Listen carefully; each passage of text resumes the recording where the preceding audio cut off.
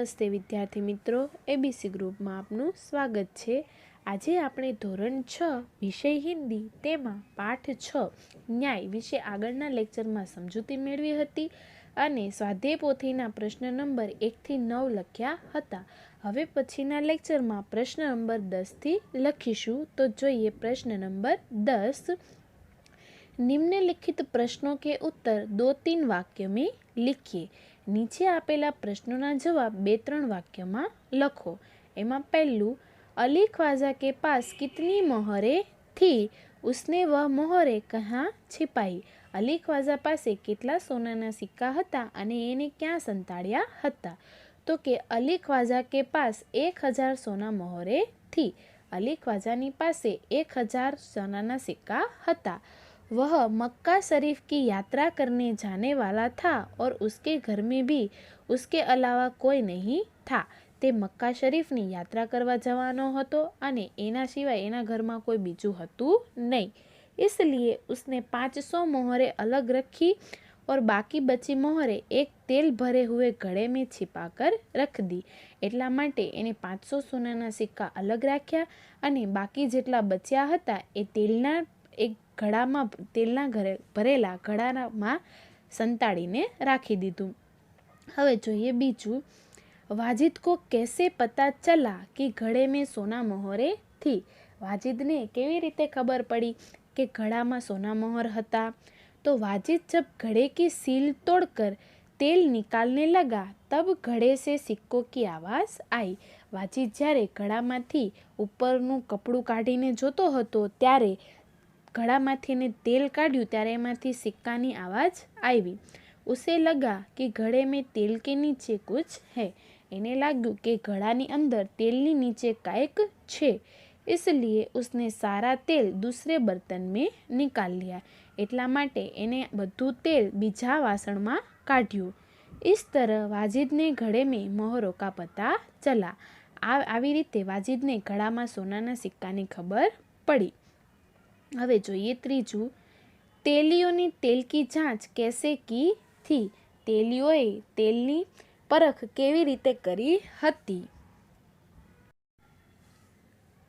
न्याय करने के लिए हसन ने जब तेलियों को बुलाया तो दोनों तेलियों ने बारी बारी से तेल को देखा, सूंघा और चक्कर तेलियों ने तेल की जांच की थी।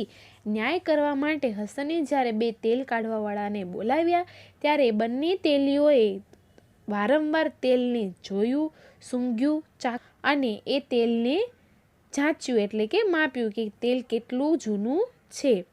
હવે જોઈએ નીચે ચોથું, खलीफा ने क्या न्याय सुनाया। तेलियों की बातों से खलीफा को न्याय करने के लिए सबूत मिल गया। तेलियोए जे बात कीधी एनाथी खलीफा ने न्याय करवा माटे सबूत मળી गયું। खलीफा ने हसन का धन्यवाद दिया और न्याय सुनाया कि वाजिद ने जो मोहरें अली ख्वाजा के घड़े से निकाली थी वह उन्हें वापस लौटा दे।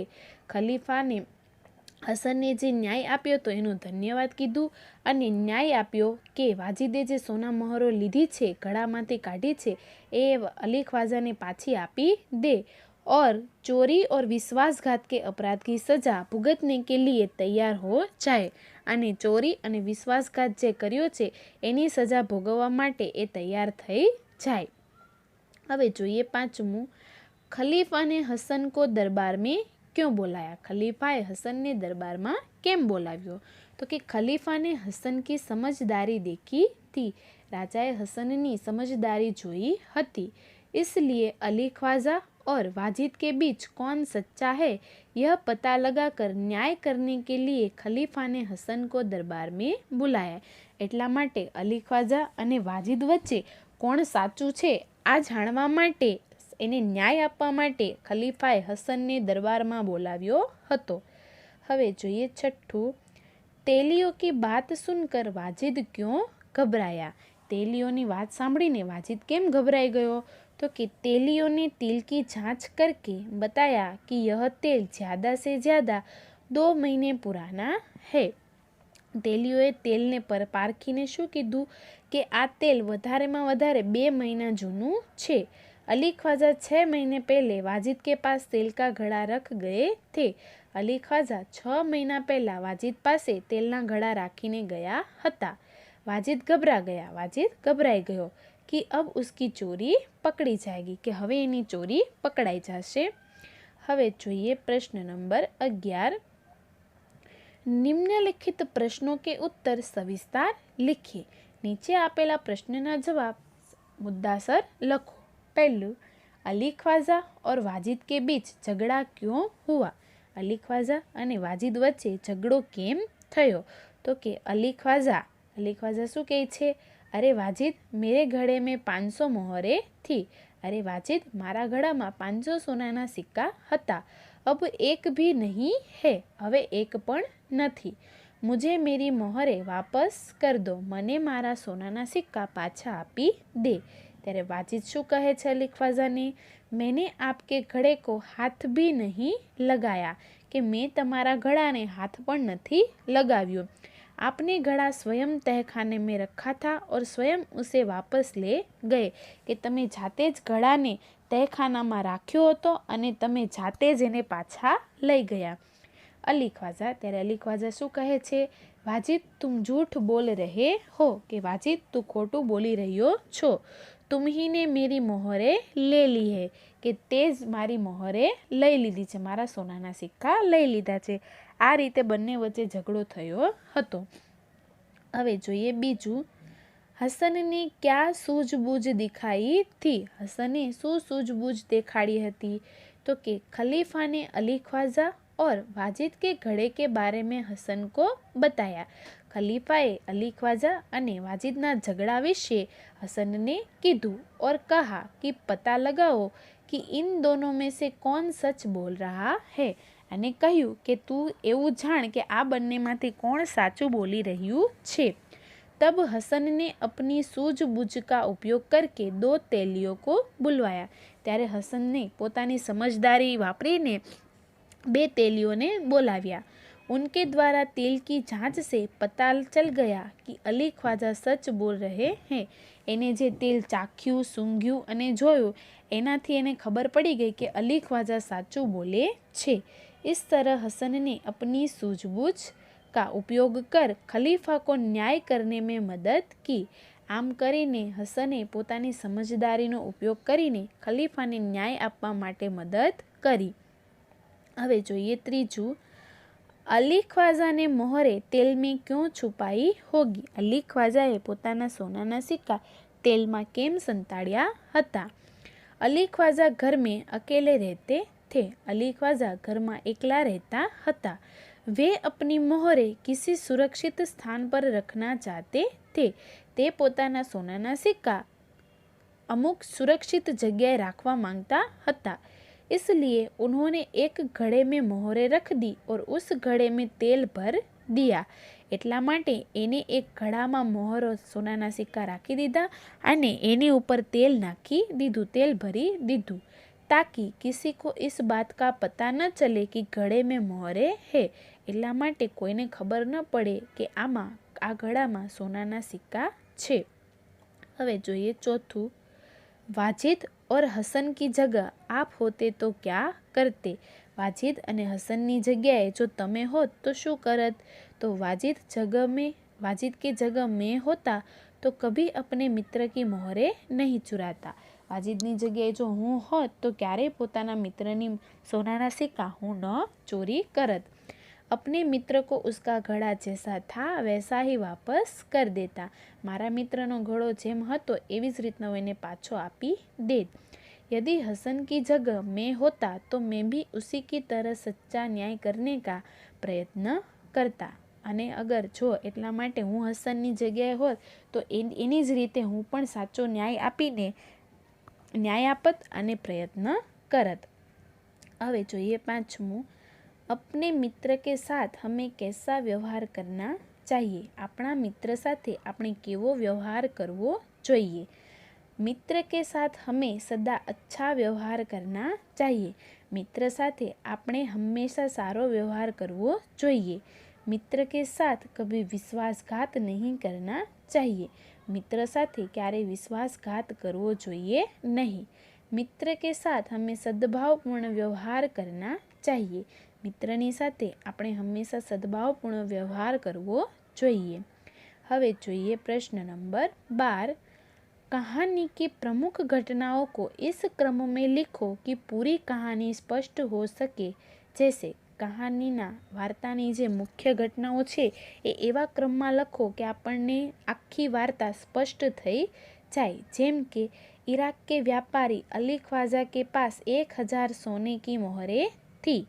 बीजू, अली ख्वाजा की मक्का की यात्रा करने की इच्छा हुई। पछी आपणे लखीशुं 500 मोहरे अपने मित्र वाजिद के घर तेल के घड़े में छुपा कर रख देना। त्यारबाद वाजिद का मोहरे चुरा कर घड़े में दूसरा तेल रखना।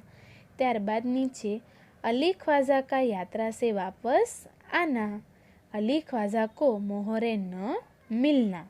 पछी नीचे वाजिद का झूठ बोलना। त्यारबाद एनी नीचे अली ख्वाजा का खलीफा के पास न्याय मांगने जाना, खलीफा का न्याय करने के लिए हसन को बुलाना। त्यारबाद नीचे हसन के द्वारा 2 तेली बुलाकर सच्चा न्याय करना, अली को मोहरे वापस मिलना, वाजिद को सजा होना अने छेल्ले दरबार में हसन की प्रशंसा होना। आ वाक्य में आखी वार्ता आवी जाय छे। हवे जोईए प्रश्न नंबर 13।